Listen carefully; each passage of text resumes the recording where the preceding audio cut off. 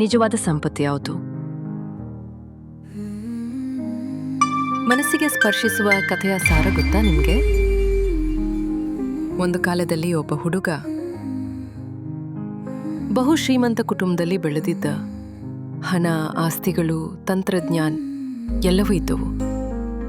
ಆದರೆ ಅವನ ತಂದೆಗೆ ಏನೂ ಚಿಂತೆ, ಮಗನಿಗೆ ನಿಜವಾದ ಜೀವನದ ಮೌಲ್ಯ ತಿಳಿಸಬೇಕೆಂಬ ಆಸೆ.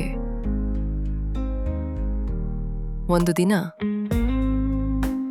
ಅವರು ಕೈಯಲ್ಲಿ ಏನೂ ಇಲ್ಲದಂತ ಬಡ ಕುಟುಂಬವೊಂದರ ಹತ್ತಿರಕ್ಕೆ ಹೋದ್ರು. ಅವರು ಒಂದು ಸತ್ಯ ಜೀವನವನ್ನ ನೋಡಿದ್ರು. ಕೆಲಸ, ಸಹಕಾರ, ಸಂಭಾಷಣೆ, ನಗು ಎಲ್ಲವೂ ಪ್ರಾಮಾಣಿಕ. ಬಹುದಿನಗಳು ಕಳೆಯುವಾಗ ಮನೆಗೆ ಮರಳುವ ಸಮಯ. ಈ ಪ್ರವಾಸ ಹೇಗಿತ್ತು ಮಗನೇ? ಏನು ಕಲಿತೆ ನೀನು? ಅವನು ಅದೃಷ್ಟವಂತರು ಅಪ್ಪ. ತಂದೆಗೆ ಗೊಂದಲವಾಯಿತು.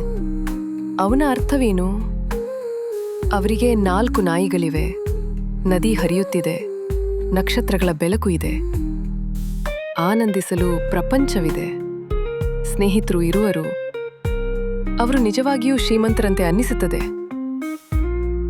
ತಂದೆ ನಿಶಬ್ದ. ಮಗನ ಮಾತುಗಳು ಹೃದಯ ತಟ್ಟಿದವು.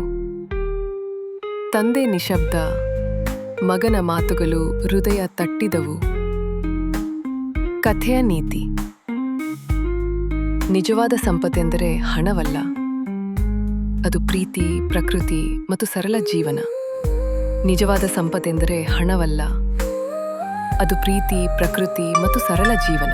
ನಿಮ್ಮ ಮೌಲ್ಯಗಳು ನಿಮಗೆ ಶ್ರೀಮಂತಿಕೆಯ ಅರ್ಥವನ್ನು ಕೊಡುತ್ತವೆ. ನೀವು ಅದನ್ನು ಕಂಡುಕೊಳ್ಳಿ.